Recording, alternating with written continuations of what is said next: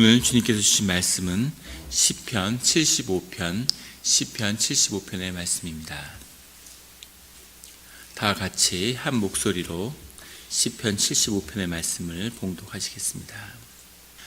하나님이여, 우리가 주께 감사하고 감사함은 주의 이름이 가까움이라. 사람들이 주의 기이한 일들을 전파하나이다. 주의 말씀이 내가 정한 기약이 이르면 내가 바르게 심판하리니, 땅의 기둥은 내가 세웠거니와 땅과 그 모든 주민이 소멸되리라 하시도다. 내가 오만한 자들에게 오만하게 행하지 말라 하며 악인들에게 뿔을 들지 말라 하였노니, 너희 뿔을 높이 들지 말며 교만한 목으로 말하지 말지어다. 무릇 높이는 일이 동쪽에서나 서쪽에서 말미암지 아니하며 남쪽에서도 말미암지 아니하고, 오직 재판장이신 하나님이 이를 낮추시고 저를 높이시느니라. 여호와의 손에 잔이 있어 술 거품이 일어나는도다. 속에 썩은 것이 가득한 그 잔을 하나님이 쏟아내시나니, 실로 그 찌꺼기까지도 땅의 모든 악인이 기울여 마시리로다. 나는 야곱의 하나님을 영원히 선포하며 찬양하며 또 악인들의 뿔을 다 베고 의인의 뿔은 높이 들리로다. 아멘. 다 같이 기도드리시겠습니다. 하나님 아버지, 감사합니다. 주의 음성을 듣고자 저희가 새벽 제단 앞에 모였습니다. 우리 마음의 기도와 우리 마음의 묵상이 주님께 연락되기를 원합니다. 감사드리며 예수 그리스도의 이름으로 기도드렸습니다. 아멘. 오늘 시편 75편의 기도는 아삽의 시 인도자를 따라 알다셋에 맞춘 노래, 이렇게 제목이 달려 있습니다. 알다셋이라고 하는 것은 멸망케 하지 말아 주십시오, do not destroy, 파괴하지 말아 주십시오라고 하는 그런 뜻인데, 문자 그대로 주님께 안전을, 세상을 멸망하지 시키지 말아달라고 하는 그 고백을 드리는 그런 시로 기록되어 있습니다. 이 시는 아삽의 시라고 하는 다윗의 시대의 성가대의 지휘자였던 아삽의 고백이라고 기록되어 있지만, 또 많은 사람들은 이 시가 실제로는 히스기야 왕 때 아스루 왕 산헤립의 침략을 극복해낸 그 직후에 쓰여진 시가 아닌가, 이렇게 추측하기도 합니다. 그것은 그 내용 때문인데, 오늘 말씀의 1절은 이렇게 시작합니다. 하나님이여, 우리가 주께 감사하고 감사함은 주의 이름이 가까움이라. 사람들이 주의 기이한 일들을 전파하나이다 라는 고백으로 시작하고 있습니다. 우리가 주께 감사하고 감사하게 되는데, 그 이유는 주의 이름이 가까움이라. 주의 이름이 가깝다는 것은 주의 심판이, 주의 임재가 가까이 와 있다고 하는 것이죠. 주의 심판이 가까웠다는 것은 우리에게 종말의 때가 가까웠다는 뜻임과 동시에 주님의 은혜가, 주님의 공의가 드러날 그럴 때가, 구원의 때가 가까웠다고 하는 그 뜻을 같이 포함하고 있습니다. 그래서 사람들이 주의 기이한 일들을 전파하나이다. 세상에 신비한 일과 주님의 기이한 일들이 계속해서 일어나고 있는데, 그런 일들을 사람들이 세상에 향하여 전파하고 있다는 거죠. 주님의 임재가 함께할 때, 주님의 그 존재가 드러날 때 우리가 그것을 경험하는 것이 신비죠. 늘 주님이 계시는 곳에는 우리 삶 가운데 신비가 끊이지 않는 것입니다. 그 신비가 떠나지 않는, 늘 주님께 가까이 있는 성도님들이 되시기를 예수 그리스도의 이름으로 축원합니다. 2절에 그 이유가 뭐냐면, 키라고 하는 접속사가 들어있는데, 2절에는 주의 말씀이 내가 정한 기약에 이르면 내가 바르게 심판하리니, 주님이 그렇게 말씀하셨다는 거죠.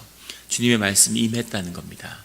주님의 말씀은 반드시 성취되기 때문에, 주님의 말씀이 임했을 때, 내가 정한 기약이 이르면 주님의 정한 때에, 주님의 때에 내가 바르게 심판하리니, 주님의 심판의 날이 임한다고 하는 겁니다.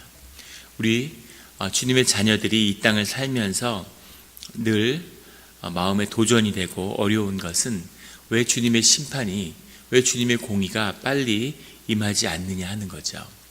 성경은 그 이유에 대해서 여러 가지 증거를 제시하고 있습니다. 하나는 베드로후서 3장에서 말씀하는 하나님의 자비하심이죠. 하나님이 자비하시고 하나님의 성품 그 자체가 자비하시기 때문에 그 심판이 더뎌지고 가능하면 심판의 때를 늦추는 그런 주님의 마음 가운데 자비하심이 있다고 하는 겁니다. 또 하나는 디모데전서 2장에서 증거하는 그 이유인데, 그것은 우리 사람들을 향한 회개의 기회를 주님이 주고 계시다는 거죠. 주님이 심판의 때를 늦추기 때문에 우리가 주님 앞에서 회개할 수 있는, 우리 자신에게도 기회가 생기고 죄인들에게도 주님이 돌아올 수 있는, 회개할 수 있는 그런 기회를 하나님이 허락하고 계시는 거다라는 겁니다. 또 하나는 빌립보서 1장에서 제시하는 것으로 이 모든 하나님의 심판이 늦어지고 의인이 이 땅에서 주님의 자녀들이 핍박받고 고난의 길을 가는 이유는 의인들의, 주님의 자녀의 연단을 위해서라는 거죠. 그 고난을 통해서 삶이 성장하고 삶이 분량이 커지는 그 이유는 우리를 기다리고 있는 것, 우리가 잠깐 이 세상에 머물 뿐 우리가 영원 속에서 주님과 함께하는 그 시간이 우리를 기다리고 있기 때문에 주님이 부으시는 그 축복을 담을 수 있는 그릇을 주님이 이루어 가시는 것이라는 겁니다. 이 세 가지 이유가 다 해당이 되겠죠. 그런데 특별히 주님의 자녀들을 향해서 주님의 그릇이, 믿음이 장성한 분량으로 자라나는 믿음이 축복이죠. 우리가 믿음이 있을 때 우리가 성취할 수 있는 일을 미리 볼 때 그 기쁨이 우리를 사로잡는, 지금 이 순간, 이 시간, 이 공간에 묶여있는 것이 아니라 우리의 영이 주님 안에서 이루어지는 일을 미리 보고 기뻐할 수 있는 것, 그것이 믿음이죠. 주님 우리와 함께하고 우리가 주님에게 모든 것을 맡겼을 때 우리 가운데 누리는 화평, 이 화평이 주님의 인도하심이고 구원의 증거죠. 이처럼 주님이 우리를 우리 주님의 은혜와 영혼의 시간으로 살아갈 수 있는 그 그릇으로 자라나는 때를 우리에게 이 땅에 허락하고 있다고 하는 겁니다. 우리가 모두 죽어서 천국에 가는데 세상에 살면서 천국과 가장 가까운 경험을 하는 때가 언제일까요? 우리 계시록의 그 증언들을 잘 살펴보면 우리가 이 세상에 살면서 가장 천국과 흡사한 경험은 우리 교회에서 가는 전교인 수련회, 부흥회 이런 거와 가장 흡사한 모습일 겁니다. 가서 모여서 우리가 기도원이나 수도원이나 리트릿 센터 같은 데 가서 같이 계속 모임을 갖고 찬양을 하는 거죠. 주님의 말씀을 듣고 계속 찬양하는 겁니다. 그리고 이제 먹기도 하겠죠. 먹고 음식을 준비할 필요도 없고 설거지를 할 필요도 없고 계속 또 예배드리고 또 예배드리고. 그런데 주님을 모르고 예배가 기쁨이 되지 않는 사람이 그곳에 와 있다고 하면 어떻게 될까요? 그게 곧 지옥이겠죠. 그런 지옥이 없을 겁니다. 그래서 주님이 심판이라고 하는 것은 사실 모든 사람을 향한 구원이겠죠. 주님을 사모하고 주님을 사랑하는 사람들은 예배의 길로 인도하시는 거죠. 경쟁하고 남을 짓밟고 그런 데서 걷는 성취, 삶의 안락함, 어떤 쾌락, 이런 것이 삶의 기쁨인 사람은 하나님이 영원히 그런 시간으로 인도하는 겁니다. 그것이 지옥이 되는 거죠. 이처럼 주님의 구원의 때는 의인을 향해서는 구원을, 악인을 향해서는 심판의 때가 된다고 성경은 증거하고 있습니다. 그 심판의 때 영원한 복락이, 또 그때를 위한 주님의 이 연단이 우리 가운데 살아서 지복을 누리는 성도님들이 되시기를 예수 그리스도의 이름으로 축원합니다. 3절에 땅의 기둥은 내가 세웠거니와 땅과 그 모든 주민이 소멸되리라 하시도다. 땅의 기둥을 세웠다는 건 유대인들, 이스라엘인들의 세상을 이해하는 모습이죠. 그 당시 사람들은 땅이 기둥으로 세워져서 이렇게 우리의 공간이 받쳐져서 이렇게 존재하는 것이라고, 모든 흑암이 하나였는데 주님이 그곳에 기둥을 세워서 흑암과 흑암 사이에 우리가 살고 있는 이 삶의 이 땅이 이루어져 있다고 그렇게 믿었습니다. 주님이 땅에 기둥을 세웠다고 하는 이 표현은 하나님이 세상을 향한 주권을 의미하는 거겠죠. 하나님이 세상을 통치하시고 그 모든 권리가 주님께 있다고 하는 그 선언입니다. 땅과 그 모든 주민이 소멸되는 때가 온다는 거죠. 주님의 때. 4절에 내가 오만한 자들에게 오만하게 행하지 말라 하며 악인들에게 뿔을 들지 말라 하였노니 5절에 너희 뿔을 높이 들지 말며 교만한 목으로 말하지 말지어다. 우리가 시편을 통해서 거듭 주님의 증거하는 말씀을 들어보면 주님이 아주 싫어하시는 게 있는데 그것이 오만함이라는 겁니다. 그리고 입술로 죄를 짓는 교만한 목으로 말하는 것, 이것을 주님이 가장 싫어하는 일이라는 것을 우리가 알 수 있죠. 주님은 스스로 자신의 뿔을 들고 자기의 자신을 높이는 것, 그리고 높은 자리에서 말하는 것, 이것을 아주 싫어하십니다. 그리고 그것의 중심에는 사실은 자기의 삶을 내가 주관하고 내가 내 삶의 왕이라고 하는 그런 뜻이 들어있는 거죠. 그래서 그 자체가 주님을 욕되게 하는 것입니다. 그래서 우리 주님의 자녀들, 믿는 자들은 늘 낮은 자리에, 늘 겸손한 자리에 머무는 거죠. 그리고 주님의 높여드리는, 주님의 영광을 높여드리는 겁니다. 우리 시편 89편에 보면 주님께서 다윗에게 두 뿔을 높이 들겠다고 또 말씀하시죠. 세상에 번쩍이는 것이 많습니다. 너무 번쩍거리는 게 많아서 그것을 갖추는데 숨이 찬 거죠. 세상을 살아가는데 이것도 갖춰야 되고 저것도 갖춰야 되고 다 번쩍이니까. 그런데 그 삶의 본질은 사실은 발광체, 빛을 발하는 것은 주님 한 분밖에 없다는 것을 우리가 발견하게 되는 거죠. 그게 삶의 실체입니다. 그 빛을 받아서 번쩍이는 게 많은 거죠. 반사체가 세상에 수두룩한 겁니다. 세상이 온통 다 번쩍거리는 것 같지만 해가 지고 발광체가 사라지면 그러면 모든 것이 빛을 잃는 거죠. 그것처럼 주님이 함께 하시지 않고 주님의 영광이 사라지면 사실 모든 것은 빛을 잃어버립니다. 그 의미는 세상에 빛나는 모든 것 속에는 사실은 하나님의 영광이 들어있다는 거죠. 그런데 그것의 주체가, 그 빛의 주인이 주님이시라는 것을 우리가 잊어서는 안 되는 거죠. 저는 다이아몬드를 아주 싫어하는데 그것은 다이아몬드를 살 만한 능력이 안 되기 때문이기도 할지 모르지만 그 안에 굉장히 악한 게 들어있기 때문이에요. 가장 신적인 섭리와 가까이 있습니다. 늘 악의 역사죠. 다이아몬드는 사실 아무 의미 없는 돌조각이죠. 근데 드비어스라고 하는 회사가 세계의 모든 다이아몬드를 독점하고 있죠. 그래서 그걸 조절해서 아무 의미 없는 것을 세상에서 가장 귀한 것으로 만들었어요. 다이아몬드는 영원하다. 다이아몬드 이즈 포레버 이런 광고들을 아마 수도 없이 보셨을 겁니다. 계속 다이아몬드는 가치 있고 순결하고 귀하고 영원하고 다이아몬드가 영원할 리가 없죠. 하지만 영원한 것으로 사람들이 그것을 귀한 것으로 받아들여서 세상의 무엇과도 견줄 수 없는 귀한 것을 만든 거죠. 공산주의 소련이 몰락한 다음에 다이아몬드 제국이 몰락할 줄 알았는데 그런데 오히려 더 세졌죠. 그것도 모두 흡수해서 굉장히 악한 그런 섭리가 그 안에 들어있습니다. 사람들이 그걸 귀하게 받아들이니까 귀하게 역사하는 거죠. 아무것도 아닌 것이. 그것이 악인들의 뿔이 세상에 높이 들린과 같은 겁니다.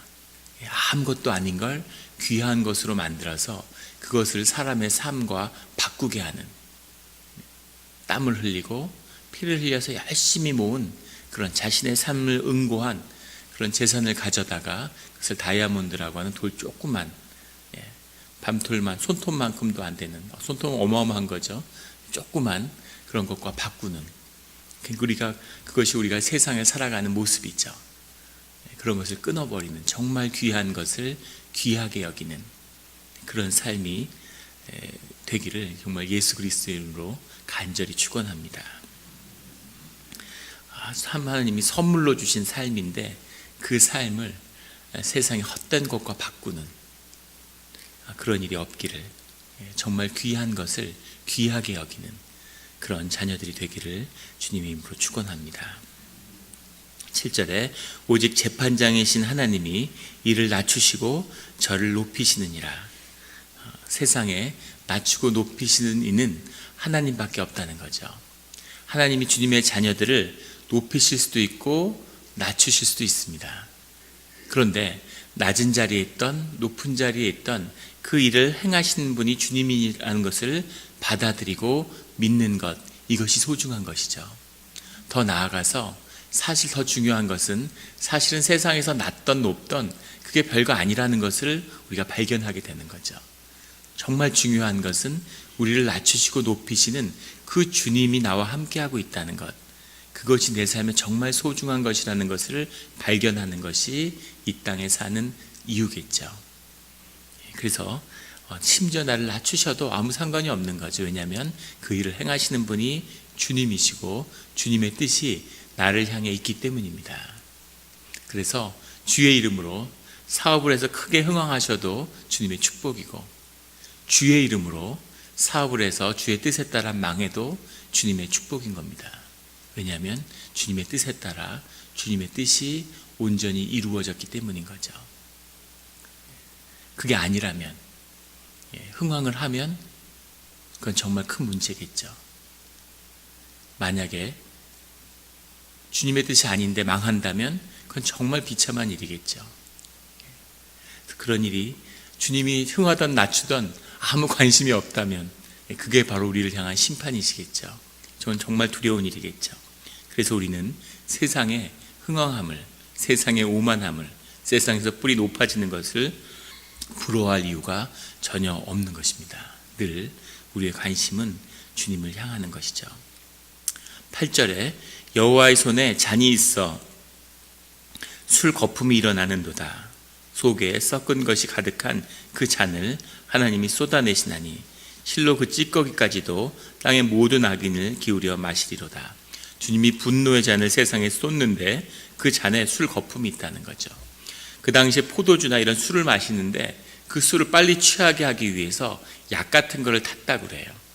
아마 그 자연으로 증류를 모르던 시절에 그때 술 기술의 한계 때문에 술이 잘 취하지 않았겠죠. 아마 술이 센 사람은 술을 먹어도 취하지 않으니까 술을 취하기 위한 그런 약을 섞었다고 합니다. 피가 잘 통하게 하는 생약이었는지 그 성분은 모르겠지만 그걸 섞으면 훨씬 술을 잘 취했다고 그래요. 그 의미는 뭐냐면 그 술의 속성을 더 강화시키는 거죠. 그런데 여호와의 분노의 잔에 술 거품이 있다는 겁니다. 그 약을 섞으면 그 약이 녹으면서 거품이 일어난다는 거죠. 지금도 소화제 이런 걸 이렇게 물에 넣으면 부글부글해서 거품이 일어나는 것처럼 그 술의 잔에 술 거품이 일어난다는 얘기는 진노의 잔을 안 그래도 부으시는데 그것도 가혹한 일인데 거기에 거품이 인다는 건 더 가혹하게 하는, 더 그것을 그 심판을 더 가혹스럽게 하게 하는 그 성분이 들어있다는 거죠.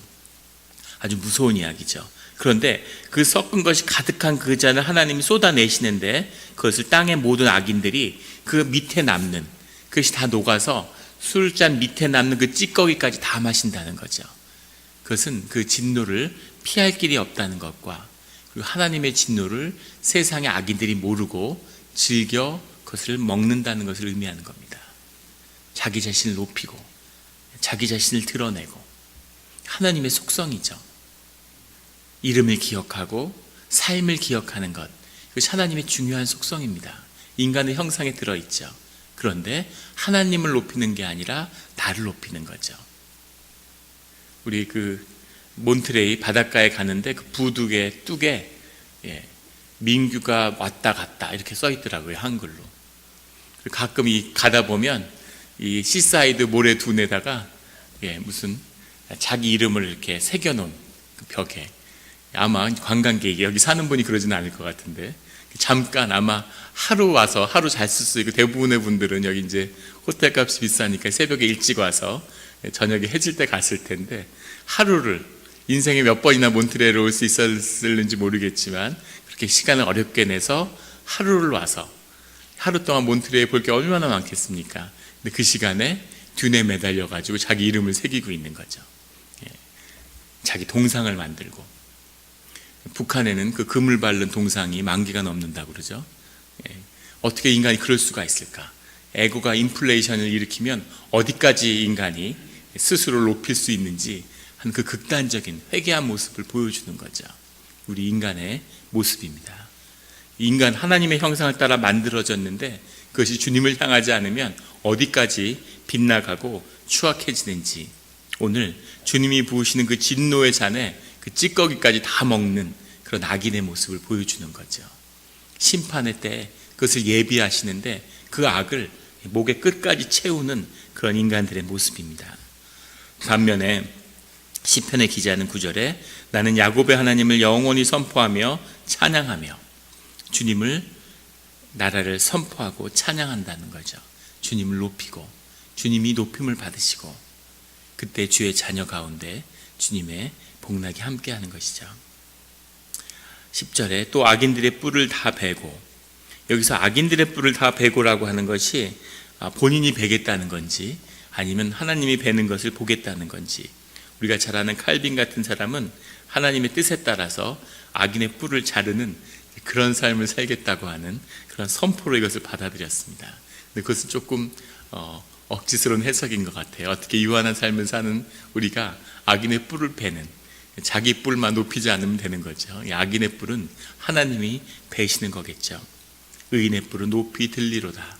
주님이 주님의 방식으로 주님의 사람을 높이는 거죠. 우리가 아는 로렌스 형제, 평생 지금 영성가로서 우리의 삶에 깊은 영향을 주고 있는데, 설거지를 하는 식당의 종업원이었어요. 직업은.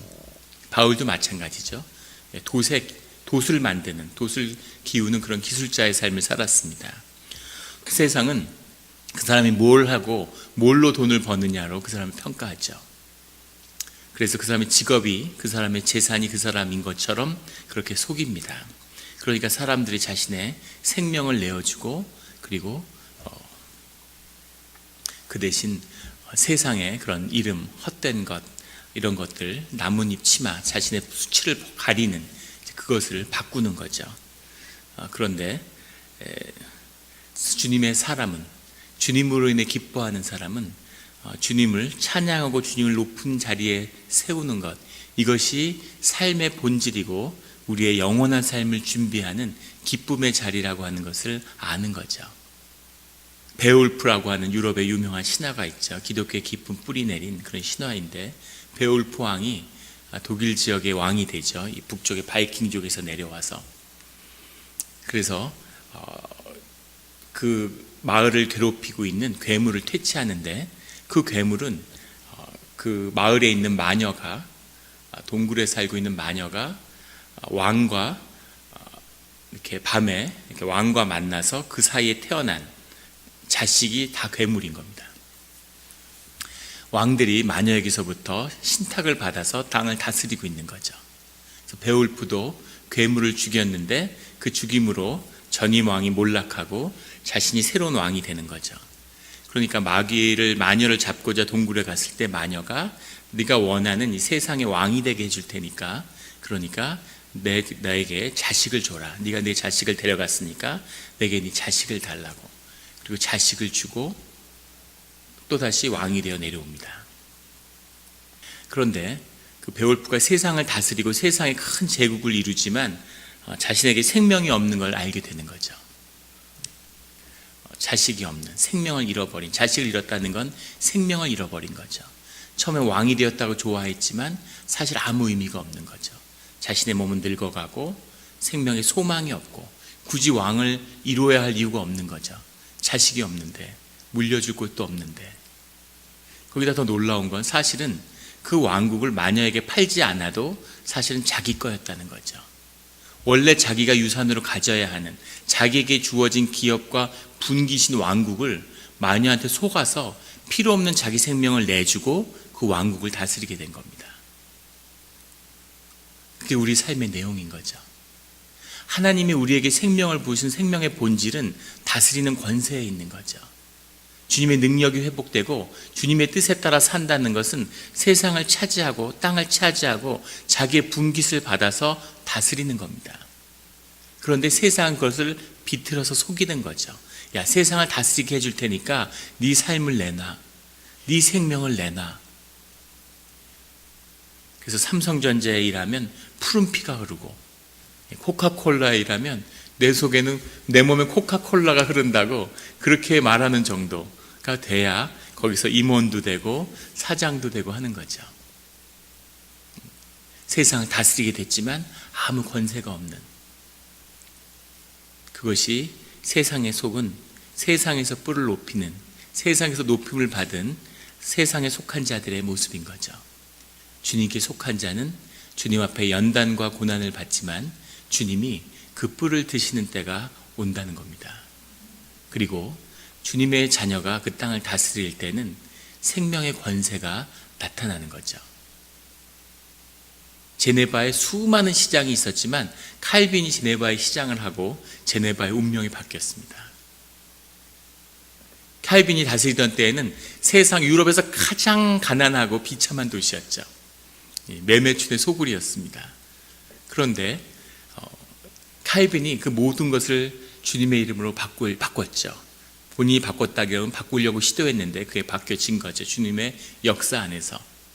주님을 섬기고 주님의 이름으로 죽겠다는 각오를 하고, 그리고 그 길로 나아갔는데, 아마 칼빈이 다시 태어나서 제네바의 그 레마노스에 서 있다면 어떤 느낌일까? 유럽에서 가장 부유한, 어쩌면 세상에서 가장 부유한 그런 도시가 됐죠. 근데 오늘날 제네바에서 돈이 없고 세수가 부족하다고 도박업을 이제 시작하려고 하고 있습니다. 그렇게 풍요해졌는데 돈이 없는 거죠. 그래서 도박을 해서 돈을 벌어들이겠다고 다시 멸망의 길로 돌아가는 거죠. 생명을 모르는, 생명이 부어져야 하나님의 때에 하나님이 그 생명의 권세를 높이는 그 역사를 경험하게 되는 거죠. 나는 야곱의 하나님을 영원히 선포하며 찬양하며, 우리가 주 안에서 할 일은 주님을 오직 높이고 찬양하는 일 뿐입니다. 우리 삶의 모든 것은 성령이 예수 그리스도의 능력으로, 그 이름으로 성취하시는 거죠. 그 축복과 그 증인이 되시는, 뿌리 높이 드는 그런 삶을 살아가는 주님의 자녀가 되시기를 예수 그리스도의 이름으로 축원합니다. 기도드리시겠습니다. 하나님 아버지, 감사합니다. 주님, 우리가 우리 마음 가운데 악인이 흥왕하고 세상에 높임을 받으며 세상을 다스리는 공중에 권세받은 자들의 자녀들을 보고 그것을 부러워하고 시기하는 마음이 있었음을 주님 앞에 고백합니다. 또 우리 삶에 알 수 없는 좌절과 주님이 주의 자녀에게 많은 능력이 있음에도 그것을 펼칠 수 있는 기회를 허락치 않으시는 것에 대해서 우리가 의문을 품고 또 서운한 마음도 있었음을 주님 앞에 고백합니다. 주님, 오늘 주님께서 우리의 영의 눈을 열어서 우리가 세상에 묶이고 우리가 악에 묶여서 세상의 헛된 것을 사모하는 그런 일들을 없게 끊어 주시옵소서. 주님, 주님의 때에 주님의 방식으로 주님이 높임을 받는 그 자리 가운데 주님의 자녀에게 주님의 큰 축복이 임함을 말씀하여 주시니 감사합니다. 우리가 정말 세상의 음녀가 아니라 오직 주님의 신부가 되어서, 순결한 주님의 신부가 되어서 주님의 영광을 같이 누리며 주님의 일로 기뻐하며 우리가 어느 자리에 있든지 주님이 높임을 받는 것이 우리를 향한 복임을, 그것이 참된 삶의 의미임을, 그것이 영혼을 삶의 시간 속으로 들어가는 우리에게 준비되는 시간임을, 그런 것이 늘 준비되며 주님께 나아가며 지복이 있고 평화가 있고 삶이 고달프고 애쓰는 것이 아니라 주님, 이 삶이 선물이 되고 십자가의 보혈의 은혜가 우리의 삶의 자리에 우리 가족 가운데 흐르며 보이는 것이 아니라 보이지 않는 것이 세상을 만들어가고 우리의 삶에 주님의 은혜와 주님의 기름 부음과 주님의 임재가 우리의 삶을 채우지 않으면 우리 삶의 그 세상에 썩어지는 무엇으로도 우리 삶이 채워질 수 없는 것임을, 그것을 붙잡고 놓치지 않는 주의 자녀가 되게 하여 주시옵소서. 늘 순간 속에서 영혼을 살며 아버지의 집을 축복하여 주시옵소서. 아버지의 집에서 주님을 찬양하는 그 기쁨을 더하여 주시옵소서. 감사드리며 예수 그리스도의 이름으로 기도드렸습니다. 아멘.